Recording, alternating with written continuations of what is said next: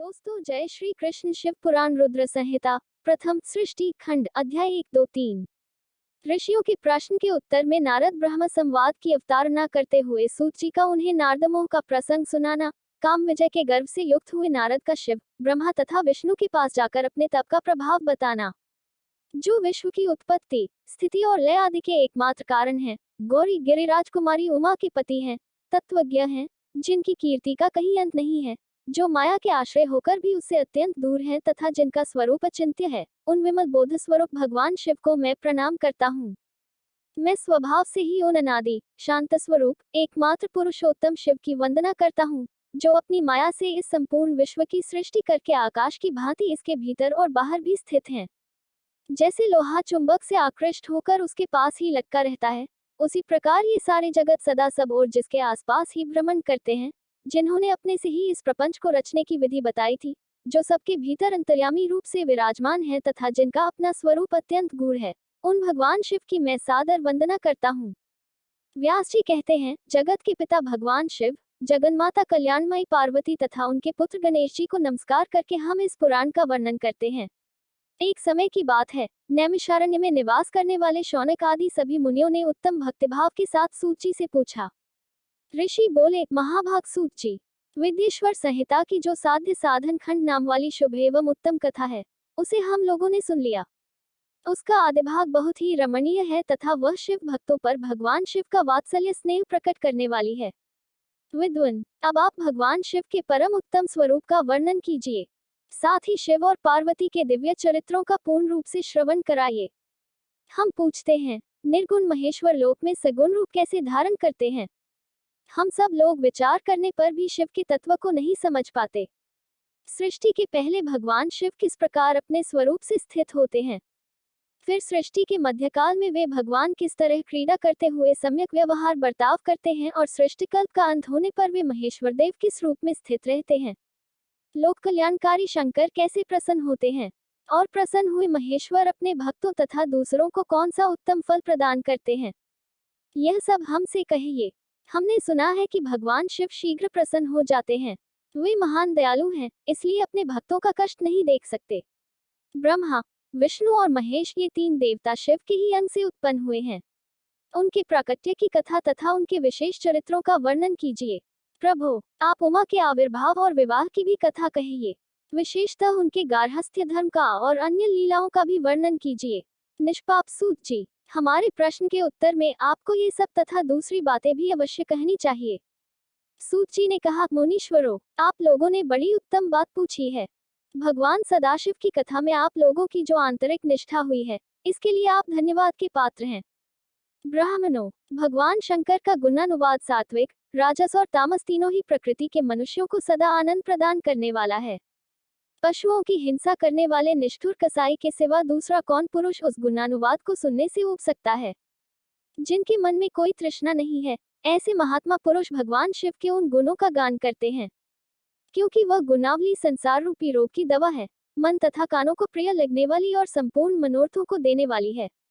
आप लोगों के प्रश्न के अनुसार मैं यथ बुद्धि प्रयत्न पूर्वक शिवलीला का वर्णन करता हूँ, आप आदर पूर्वक सुने। जैसे आप लोग पूछ रहे हैं, उसी प्रकार देवर्षि नारद जी ने शिवरूपी भगवान विष्णु से प्रेरित होकर अपने पिता से पूछा था। अपने पुत्र नारद का प्रश्न सुनकर शिवभक्त ब्रह्मा जी का चित्त प्रसन्न हो गया और वे उन मुनि शिरोमणि को हर्ष प्रदान करते हुए प्रेम पूर्वक भगवान शिव के यश का गान करने लगे। एक समय की बात है, मुनि शिरोमणि विप्रवर नारद जी ने, जो ब्रह्मा जी के पुत्र हैं, विनिश्चित हो तपस्या में मन लगाया। हिमालय पर्वत में कोई एक गुफा थी, जो बड़ी शोभा से संपन्न दिखाई देती थी। उसके निकट देवंदी गंगा निरंतर वेग पूर्वक बहती थी। वहां एक महान दिव्य आश्रम था, जो नाना प्रकार की शोभा से सुशोभित था। दिव्यदर्शी नारद जी तपस्या करने के लिए उसी आश्रम में गए। उस गुफा को देखकर मुनीश्वर नारद जी बड़े प्रसन्न हुए और सुदीर्घ काल तक वहां तपस्या करते रहे। उनका अंतःकरण शुद्ध था। वे दृढ़तापूर्वक आसन बांधकर मौन हो प्राणायाम पूर्वक समाधि में स्थित हो गए। ब्राह्मणों, उन्होंने वह समाधि लगाई जिसमें ब्रह्म का साक्षात्कार कराने वाला अहम ब्रह्मास्मि, मैं ब्रह्म हूँ, यह विज्ञान प्रकट होता है। मुनि व नारद जी जब इस प्रकार तपस्या करने लगे, उस समय यह समाचार पाकर देवराज इंद्र कांप उठे। वे मानसिक संताप से विह्वल हो गए। ये नारद मुनि मेरा राज्य लेना चाहते हैं। मन ही मन ऐसा सोचकर इंद्र ने उनकी तपस्या में विघ्न डालने के लिए प्रयत्न करने की इच्छा की। उस समय देवराज ने अपने मन से कामदेव का स्मरण किया। स्मरण करते ही कामदेव आ गए। महेंद्र ने उन्हें नारद जी की तपस्या में विघ्न डालने का आदेश दिया। यह आज्ञा पाकर कामदेव वसंत को साथ ले बड़े गर्व से उस स्थान पर गए और अपना उपाय करने लगे। उन्होंने वहां शीघ्र ही अपनी सारी कलाएं रच डाली। वसंत ने भी मदमत होकर अपना प्रभाव अनेक प्रकार से प्रकट किया। मुनिवरों, कामदेव और वसंत के अथक प्रयत्न करने पर भी नारद मुनि के चित्त में विकार नहीं उत्पन्न हुआ। महादेव जी के अनुग्रह से उन दोनों का गर्व चूर्ण हो गया। शौनक आदि महर्षियों, ऐसा होने में जो कारण था उसे आदरपूर्वक सुनो। महादेव जी की कृपा से ही नारद मुनि पर कामदेव का कोई प्रभाव नहीं पड़ा। पहले उसी आश्रम में कामशत्रु भगवान शिव ने उत्तम तपस्या की थी और वही उन्होंने मुनियों की तपस्या का नाश करने वाले कामदेव को शीघ्र ही भस्म कर डाला था। उस समय रति ने कामदेव को पुनः जीवित करने के लिए देवताओं से प्रार्थना की। तब देवताओं ने समस्त लोकों का कल्याण करने वाले भगवान शंकर से याचना की। उनके याचना करने पर वे बोले, देवताओं, कुछ समय व्यतीत होने के बाद कामदेव जीवित तो हो जाएंगे, परंतु यहाँ उनका कोई उपाय नहीं चल सकेगा। अम्रगण, यहाँ खड़े होकर लोग चारों ओर जितनी दूर तक की भूमि को नेत्र से देख पाते हैं, वहां तक कामदेव के बाणों का प्रभाव नहीं चल सकेगा, इसमें संशय नहीं है। भगवान शंकर की इस उक्ति के अनुसार उस समय वहां नारद जी के प्रति कामदेव का निजी प्रभाव मिथ्या सिद्ध हुआ। वे शीघ्र ही स्वर्गलोक में इंद्र के पास लौट गए। वहां कामदेव ने अपना सारा वृतांत और मुनि का प्रभाव कह सुनाया। तत्पश्चात इंद्र की आज्ञा से वे वसंत के साथ अपने स्थान को लौट गए। उस समय देवराज इंद्र को बड़ा विस्मय हुआ। उन्होंने नारद जी की भूरी भूरी प्रशंसा की, परंतु शिव की माया से मोहित होने के कारण वे उस पूर्व वृतांत को स्मरण न कर सके। वास्तव में इस संसार के भीतर सभी प्राणियों के लिए शंभू की माया को जानना अत्यंत कठिन है।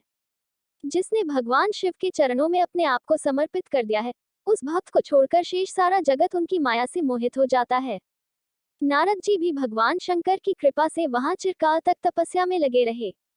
जब उन्होंने अपनी तपस्या को पूर्ण हुई समझा, तब वे मुनि उससे विरत हो गए। कामदेव पर मेरी विजय हुई, ऐसा मानकर उन मुनीश्वर के मन में व्यर्थ ही गर्व हो गया। भगवान शिव की माया से मोहित होने के कारण उन्हें यथार्थ बात का ज्ञान नहीं रहा। वे यह नहीं समझ सके कि कामदेव के पराजित होने में भगवान शंकर का प्रभाव ही कारण है। उस माया से अत्यंत मोहित हो मुनि शिरोमणि नारद अपना काम विजय संबंधी वृतांत बताने के लिए तुरंत ही कैलाश पर्वत पर गए।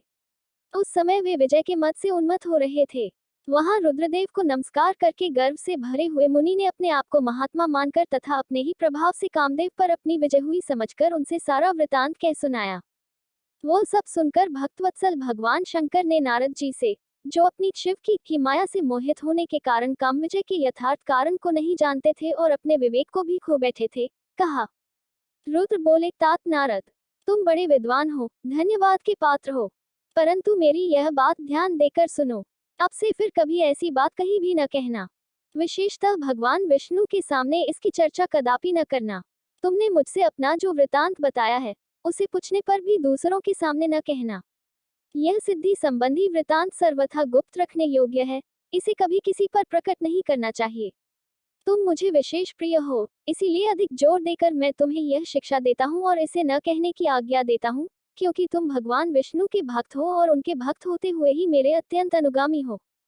इस प्रकार बहुत कुछ कहकर संसार की सृष्टि करने वाले भगवान रुद्र ने नारद जी को शिक्षा दी। अपने वृतांत को गुप्त रखने के लिए उन्हें समझाया बुझाया, परंतु वे तो शिव की माया से मोहित थे, इसलिए उन्होंने उनकी दी हुई शिक्षा को अपने लिए हितकर नहीं माना। तदनंतर मुनिशिरोमणि नारद ब्रह्मलोक में गए। वहां ब्रह्मा जी को नमस्कार करके उन्होंने कहा, पिताजी, मैंने अपने तपोबल से कामदेव को जीत लिया है।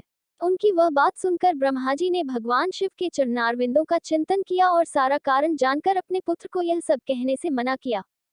परंतु नारद जी शिव की माया से मोहित थे, अतः उनके चित्त में मद का अंकुर जम गया था, उनकी बुद्धि मारी गई थी। इसलिए नारद जी अपना सारा वृतांत भगवान विष्णु के सामने कहने के लिए वहां से शीघ्र ही विष्णुलोक में गए। नारद मुनि को आते देख भगवान विष्णु बड़े आदर से उठे और शीघ्र ही आगे बढ़कर उन्होंने मुनि को हृदय से लगा लिया। मुनि के आगमन का क्या हेतु है, इसका उन्हें पहले से ही पता था। नारद जी को अपने आसन पर बिठाकर भगवान शिव के चरणारविंदों का चिंतन करके श्रीहरि ने उनसे पूछा। भगवान विष्णु बोले, तात, कहाँ से आते हो? यहाँ किस लिए तुम्हारा आगमन हुआ है?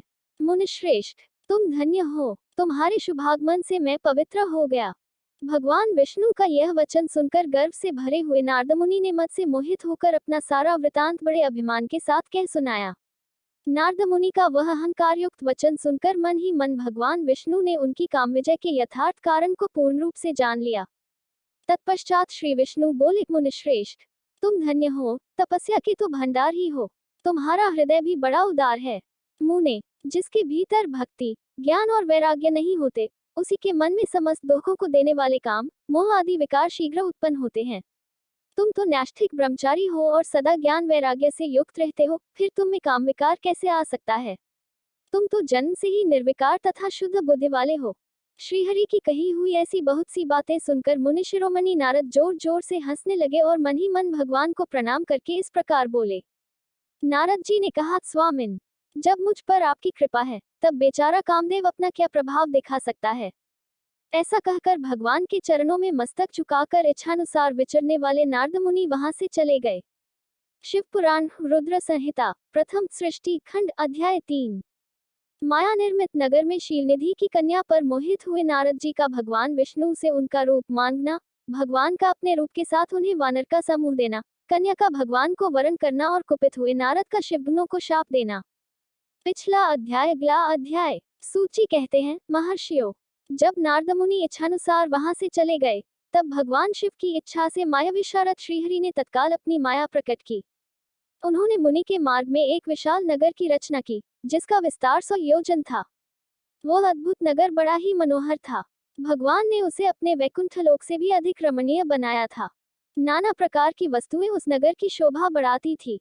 वहां स्त्रियों और पुरुषों के लिए बहुत से विहार स्थल थे। वह श्रेष्ठ नगर चारों वर्णों के लोगों से भरा था। वहां शीलनिधि नामक ऐश्वर्यशाली राजा राज्य करते थे। वे अपनी पुत्री का स्वयंवर करने के लिए उद्यत थे, अतः उन्होंने महान उत्सव का आयोजन किया था। उनकी कन्या का वरण करने के लिए उत्सुक हो चारों दिशाओं से बहुत से राजकुमार पधारे थे, जो नाना प्रकार की वेशभूषा तथा सुंदर शोभा से प्रकाशित हो रहे थे। उन राजकुमारों से वह नगर भरा पूरा दिखाई देता था। ऐसे सुंदर राजनगर को देख नारद जी मोहित हो गए। वे राजा शीलनिधि के द्वार पर गए। मुनि शिरोमणि नारद को आया देख महाराज शीलनिधि ने श्रेष्ठ रत्नमय सिंहासन पर बिठाकर उनका पूजन किया। तत्पश्चात अपनी सुंदरी कन्या को, जिसका नाम श्रीमती था, बुलवाया और उसे नारद जी के चरणों में प्रणाम करवाया। उस कन्या को देखकर नारद मुनि चकित हो गए और बोले, राजन, यह देवकन्या के समान सुंदरी महाभागा कन्या कौन है? उनकी यह बात सुनकर राजा ने हाथ जोड़कर कहा, मुने, यह मेरी पुत्री है, इसका नाम श्रीमती है। अब इसके विवाह का समय आ गया है। यह अपने लिए सुंदर वर चुनने के निमित्त स्वयंवर में जाने वाली है। इसमें सब प्रकार के शुभ लक्षण लक्षित होते हैं। महर्षि, आप इसका भाग्य बताइए। राजा के इस प्रकार पूछने पर काम से विह्वल हुए मुनिश्रेष्ठ नारद उस कन्या को प्राप्त करने की इच्छा मन में लिए राजा को संबोधित करके इस प्रकार बोले, भूपाल, आपकी यह पुत्री समस्त शुभ लक्षणों से संपन्न है, परम सौभाग्यवती है। अपने महान भाग्य के कारण यह धन्य है और साक्षात लक्ष्मी की भांति समस्त गुणों की आकार है। इसका भावी पति निश्चय ही भगवान शंकर के समान वैभवशाली, सर्वेश्वर, किसी से पराजित न होने वाला, वीर, कामविजयी तथा संपूर्ण देवताओं में श्रेष्ठ होगा। ऐसा कहकर राजा से विदा ले इच्छानुसार विचरने वाले नारद मुनि वहां से चल दिए। वे काम के वशीभूत हो गए थे। शिव की माया ने उन्हें विशेष मोह में डाल दिया था। वे मुनि मन ही मन सोचने लगे कि मैं इस राजकुमारी को कैसे प्राप्त करूं। स्वयंवर में आए हुए नरेशों में से सबको छोड़कर यह एकमात्र मेरा ही वरण करे, यह कैसे संभव हो सकता है? समस्त नारियों को सौंदर्य सर्वथा प्रिय होता है। सौंदर्य को देखकर ही वह प्रसन्नतापूर्वक मेरे अधीन हो सकती है, इसमें संशय नहीं है। ऐसा विचार कर काम से विह्वल हुए मुनिवर नारद भगवान विष्णु का रूप ग्रहण करने के लिए तत्काल उनके लोक में जा पहुंचे। वहां भगवान विष्णु को प्रणाम करके वे इस प्रकार बोले, भगवान, मैं एकांत में आपसे अपना सारा वृतांत कहूंगा। तब बहुत अच्छा कहकर लक्ष्मीपति श्रीहरि नारद जी के साथ एकांत में जा बैठे और बोले, मुने, अब आप अपनी बात कहिए। तब नारद जी ने कहा, भगवान, आपके भक्त जो राजा शीलनिधि हैं, वे सदा धर्म पालन में तत्पर रहते हैं। उनकी एक विशालालोचना कन्या है, जो बहुत ही सुंदरी है। उसका नाम श्रीमती है। वह विश्वमोहिनी के रूप में विख्यात है और तीनों लोकों में सबसे अधिक सुंदरी है। प्रभु, आज मैं शीघ्र ही उस कन्या से विवाह करना चाहता हूँ। राजा शीलनिधि ने अपनी पुत्री की इच्छा से स्वयंवर रचाया है, इसलिए चारों दिशाओं से वहां सहस्त्रों राजकुमार पधारे हैं। नाथ, मैं आपका प्रिय सेवक हूँ, अतः आप मुझे अपना स्वरूप दे दीजिए, जिससे राजकुमारी श्रीमती निश्चय ही मुझे वर ले। सूची कहते हैं, महर्षियों, नारद मुनि की ऐसी बात सुनकर भगवान मधुसूदन हंस पड़े और भगवान शंकर के प्रभाव का अनुभव करके उन दयालु प्रभु ने उन्हें इस प्रकार उत्तर दिया। भगवान विष्णु बोले, मुने, तुम अपने अभीष्ट स्थान को जाओ, मैं उसी तरह तुम्हारा हित साधन करूंगा, जैसे श्रेष्ठ वैद्य अत्यंत पीड़ित रोगी का करता है, क्योंकि तुम मुझे विशेष प्रिय हो। ऐसा कहकर भगवान विष्णु ने नारद मुनि को मुख तो वानर का दे दिया और शेष अंगों में अपने जैसा स्वरूप देकर वे वहां से अंतर्धान हो गए। भगवान की पूर्वोक्त बात सुनकर और उनका मनोहर रूप प्राप्त हो गया समझकर नारद मुनि को बड़ा हर्ष हुआ। वे अपने को कृतकृत्य मानने लगे। भगवान ने क्या प्रयत्न किया है, इसको वे समझ न सके। तदनंतर मुनिश्रेष्ठ नारद शीघ्र ही उस स्थान पर जा पहुंचे, जहां राजा शीलनिधि ने राजकुमारों से भरी हुई स्वयंवर सभा का आयोजन किया था। विप्रवरों, राजपुत्रों से घिरी हुई वह दिव्य स्वयंवर सभा दूसरी इंद्र सभा के समान अत्यंत शोभा पा रही थी। नारद जी उस राजसभा में जा बैठे और वहां बैठकर प्रसन्न मन से बार बार यही सोचने लगे कि मैं भगवान विष्णु के समान रूप धारण किए हुए हूँ, अतः वह राजकुमारी अवश्य मेरा ही वरण करेगी, दूसरे का नहीं। मुनिश्रेष्ठ नारद को यह ज्ञात नहीं था कि मेरा मुंह कितना कुरूप है। उस सभा में बैठे हुए सब मनुष्यों ने मुनि को उनके पूर्व रूप में ही देखा। राजकुमार आदि कोई भी उनके रूप परिवर्तन के रहस्य को न जान सके। वहां नारद जी की रक्षा के लिए भगवान रुद्र के 2 पार्षद आए थे, जो ब्राह्मण का रूप धारण करके गूढ़ भाव से वहां बैठे थे। वे ही नारद जी के रूप परिवर्तन के उत्तम भेद को जानते थे।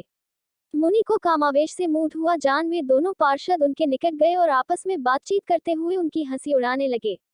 परंतु मुनि तो काम से विह्वल हो रहे थे, अतः उन्होंने उनकी यथार्थ बात भी अनसुनी कर दी। वे मोहित हो श्रीमती को प्राप्त करने की इच्छा से उसके आगमन की प्रतीक्षा करने लगे। इसी बीच में वह सुंदरी राजकन्या स्त्रियों से घिरी हुई अंतःपुर से वहां आई। उसने अपने हाथ में सोने की एक सुंदर माला ले रखी थी। वह शुभलक्षणा राजकुमारी स्वयंवर के मध्य भाग में लक्ष्मी के समान खड़ी हुई अपूर्व शोभा पा रही थी। उत्तम व्रत का पालन करने वाली वह भूपकन्या माला हाथ में लेकर अपने मन के अनुरूप वर का अन्वेषण करती हुई सारी सभा में भ्रमण करने लगी। नारद मुनि का भगवान विष्णु के समान शरीर और वानर जैसा मुंह देखकर वह कुपित हो गई और उनकी ओर से दृष्टि हटाकर प्रसन्न मन से दूसरी ओर चली गई। स्वयंवर सभा में अपने मनोवांछित वर को न देखकर वह भयभीत हो गई। राजकुमारी उस सभा के भीतर चुपचाप खड़ी रह गई। उसने किसी के गले में जयमाला नहीं डाली। इतने में ही राजा के समान वेशभूषा धारण किए भगवान विष्णु वहां आ पहुंचे। किन्हीं दूसरे लोगों ने उनको वहां नहीं देखा, केवल उस कन्या की ही दृष्टि उन पर पड़ी। भगवान को देखते ही उस परम सुंदरी राजकुमारी का मुख प्रसन्नता से खिल उठा। उसने तत्काल ही उनके कंठ में वह माला पहना दी। राजा का रूप धारण करने वाले भगवान विष्णु उस राजकुमारी को साथ लेकर तुरंत अदृश्य हो गए और अपने धाम में जा पहुंचे। इधर सब राजकुमार श्रीमती की ओर से निराश हो गए। नारद मुनि तो कामवेदना से आतुर हो रहे थे, इसलिए वे अत्यंत विह्वल हो उठे। तब वे दोनों विप्ररूपधारी ज्ञान विशारद रुद्रगण काम विह्वल नारद जी से उसी क्षण बोले। रुद्रगणों ने कहा, हे नारद, हे मुने, तुम व्यर्थ ही काम से मोहित हो रहे हो और सौंदर्य के बल से राजकुमारी को पाना चाहते हो। अपना वानर के समान घृणित मुंह तो देख लो। सुच्ची कहते हैं, महर्षियों, रुद्रगणों का वह वचन सुनकर नारद जी को बड़ा विस्मय हुआ। वे शिव की माया से मोहित थे। उन्होंने दर्पण में अपना मुंह देखा। वानर के समान अपना मुंह देख वे तुरंत ही क्रोध से जल उठे और माया से मोहित होने के कारण उन दोनों शिवगणों की वहां शाप देते हुए बोले, अरे, तुम दोनों ने मुझ ब्राह्मण का उपहास किया है, अतः तुम ब्राह्मण के वीर्य से उत्पन्न राक्षस हो जाओ। ब्राह्मण की संतान होने पर भी तुम्हारे आकार राक्षस के समान ही होंगे। इस प्रकार अपने लिए शाप सुनकर वे दोनों ज्ञानी शिरोमणि शिवगण मुनि को मोहित जानकर कुछ नहीं बोले। ब्राह्मणों, वे सदा सब घटनाओं में भगवान शिव की ही इच्छा मानते थे, अतः उदासीन भाव से अपने स्थान को चले गए और भगवान शिव की स्तुति करने लगे। दोस्तों, अगली वीडियो देखने के लिए आप चैनल सब्सक्राइब जरूर करें और लाइक करें और कमेंट करें। जय श्री राधा महारानी जी।